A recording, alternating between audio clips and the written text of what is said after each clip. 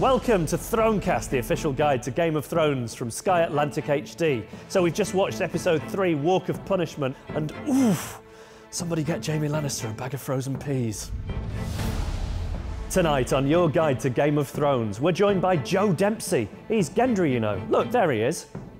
Also, Dent and I indulge in some deep analysis. Someone's trying to make a good impression on Annabel. Elio and Linda are here to talk in more detail about the goings-on in the forest with Jaime. And we'll have a furtive peep at the next episode. All right, brace yourself, lad.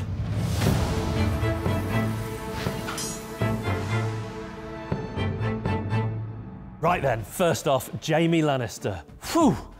That blade did not look sterile. And the big question is, what will he replace it with? A hook? A dagger? A feather duster? Vote now in our poll. Also this week, we learn there ain't no party like a Craster party. And not in a good way. That is not a man who needs other people's approval. And what will Sam do? Will he gallantly rescue Craster's daughter and her newborn baby boy? Now, a good thing is I'm pretty close with a lot of the cast, including John Bradley West, who plays Sam, so I'm going to give him a call now and see what's going on.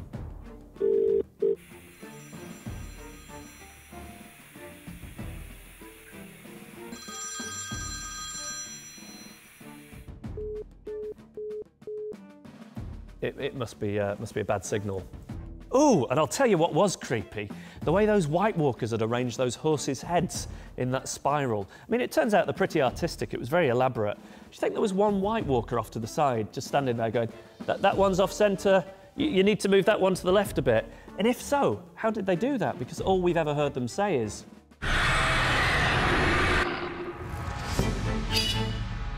And joining me to dissect this week's episode, it's journalist, author, fan, guru, scholar and buff, Dent. Hello. Hello, Geoff. What's Daenerys up to? She can't really be selling a dragon, can she? What in seven hells is she playing at? Well, we know that she's not stupid. Isn't her confidence and her arrogance and her kind of warlike aspect of her, it's really growing. And I think that she's got bigger plans. She's taken that dragon back, isn't she? Yeah, of course she is. Are you loving the way that Barristan and Jorah Mormont are vying for her affections? Do you know, I think that Jorah Mormont has to actually just calm it a bit, because he used to be able to kind of mask it, but he's just increasingly kind of constipated with anger as the episodes go on. You know, it's lovely, but she doesn't like either of them. Let's talk about Tyrion. He's got a new job. He's Master of the Coin now. He doesn't... His strengths are many, they're manifold, but financial management's maybe not his thing. I think that he downplaying his intelligence a lot of the time, and he underestimates himself. I think that he would actually be quite good at this job. I mean, but it is a poison chalice. Anybody that inherits the finances of any kingdom, you know, a government in real life, you're going to find out some awful truths, and he's already found it. And it was Littlefinger who was bound to owe money to absolutely everybody, and these people are going to come looking for the money. And Jaime Lannister then, didn't see that coming. Who was that guy? Do you think he had the authority to do that? Was he some kind of renegade? I think he's going to be in trouble. Yeah. Very, very, very bad trouble, because, you know, that Jaime's father does love him above everyone. But will he still love him with no hand? Because we know he's tough on Tyrion for being physically different. How would he feel about Jaime neutered in that way? I think Jaime will just learn to use his other hand. Right, he's gone from skins to armour. Sorry about that, I didn't write it. And now he's trying to head back north with Arya. Joe Dempsie, Gendry, hello. Hi. How is it being indoors? It's a real revelation for me. To be warm, not in the elements. Yeah, I've been waiting for basically 3 years for a roof of any description. It's bizarre. In my mind, the people who have it the toughest are out in the wilds in Iceland, and the people who have it the easiest are in Croatia, and you're somewhere in between. Is that how it is? You could argue that, but then again, the guys in Iceland, they film for like 3 hours a day, and then they go and get drunk. Right. So I think they're making it sound harder than it is. And you've spent a lot of time on horseback this series.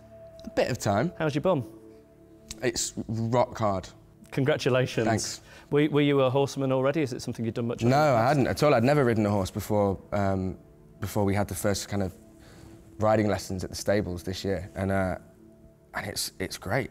And honing your skills as a blacksmith, of course, you could do that if the acting ever dries up. Yeah, but I mean, you say that, but if you watch very closely, you'll realise that whenever I'm supposed to be doing any smithing, I'm either just finishing or I get interrupted And what's Paul Kaye like? Because people of a certain age will know him as Dennis Pennis. Yeah. So I'm curious to know, is he playing practical jokes on set? The first day or so, he was kind of subdued and kind of quiet, and I'd sort of went over and spoke to him and said, how are you doing? Enjoying it? And he was like, yeah, I don't know, I just think that at any minute now, you know, halfway through a take, the director's just going to go, cut, right, we've made a huge mistake here, sorry.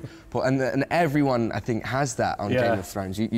You're confronted by this show that's on a huge scale, and a bigger scale than most of the actors in it have ever worked on before. And what do you remember about your first day? Who was the first cast member you happened across?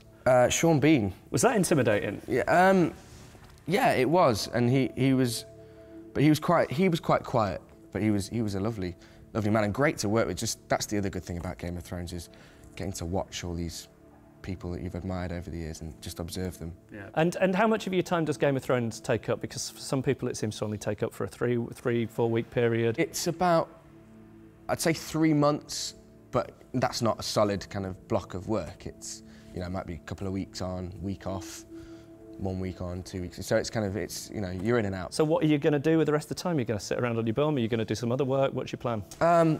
I like to do other work if I can. I've just got back from Jordan playing an American soldier, hence the haircut. Oh yeah, you have got a look of a squaddy about, you know, you point it out, yeah. Yeah, and that's real.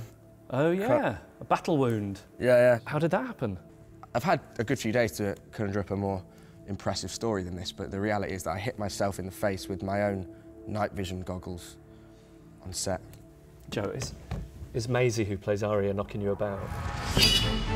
And you can watch that interview over and over again if you like, online, and join in with Facebook and Twitter. Go to sky.com/Game of Thrones. Now, Annabel is here. Hello, Annabel. Hello. And this week you will be introducing us to somebody who's made quite an impression on you. I will be, yes. We're joined by Steve Love.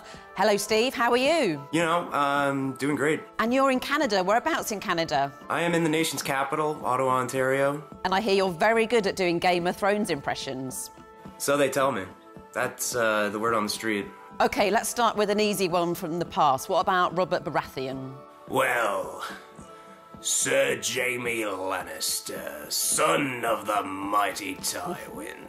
He's good. Bring me some more wine. I'm not thirsty, but I'd love to get drunk at 8 in the morning. How about that eternal optimist Jorah Mormont? I am tired of lingering in the friend zone, Khaleesi. I've looked after your dragons for many a night, and I have got nothing in return. Marvellous. Very good. It's a work in progress. And what about maybe Varys and Littlefinger in conversation? Could you do that? You know, I'm having a party tonight at my brothel. I thought for once you'd join us. I think not. You know, for men like me, there are few delights to be had in the presence of women. That was amazing, Steve. Thank you so much. Brilliant. So this week, Podrick became a man at the hands of 3 ladies, including Kayleigh, one of only 4 people in the world who can perform the Milanese knot. Here are 2 of the others. It's Elio and Linda from Westeros.org. Hello. Hello, Geoff. Hi, Geoff. Tell me about that guy who cut off Jaime Lannister's hand. Is he allowed to do that? Did he have authority? Well, it is hard to say at this stage. Is he acting on his own, or is he acting with House Bolton's orders? He's actually replacing a character in the books called Vargo Hoat, a foreign sellsword captain who performs the same act, but we don't know if they have the same motivations and the same reasons for doing it. And Theon, I'm trying to work out, where is he? He was told to head for Deepwood Motte. Where is that? Which part of the world is he in? Deepwood Motte is a castle near the coast, the western coast of the Seven Kingdoms. However, I think it's safe to say that that's not where they actually are. So my guess is that they are located at the Dreadfort. That is the very ominous, rather scary castle of the Boltons, where it's said that they hang the skins of their enemies as trophies. And who's that saviour? Who's that sharpshooter who came to Theon's rescue? That's a really good question. He claims that Yara sent him to rescue Theon. It all seems a bit fishy though, doesn't it? Yes, it does. And once again, I get the impression you're keeping your cards close to your chest there and you're not telling me Would we do that? Yeah, I think you would. Oh, and before you go, what was that song playing over the end credits? That's the Bear and the Maiden Fair, one of the favourite songs from the books. There's been a lot of people doing their own recordings of that. And this particular one was done by an indie rock band from the Bronx called The Hold Steady. I think David and Dan are fans of hers. Well, thanks for clearing that up for me. Elio, Linda, see you next week. Well, that's our time together severed. Don't forget you can catch up with seasons 1 and 2 and all the latest episodes of season 3 on Sky On Demand, and Game of Thrones will be back next Monday on Sky Atlantic HD. Here's a little look at what next week's episode has in store. Is it done then? My sister's men are loyal to her. We don't need to hide from them. Not all those your sister's men. We mothers do what we can to keep our sons from the grave. The Tyrells are a problem.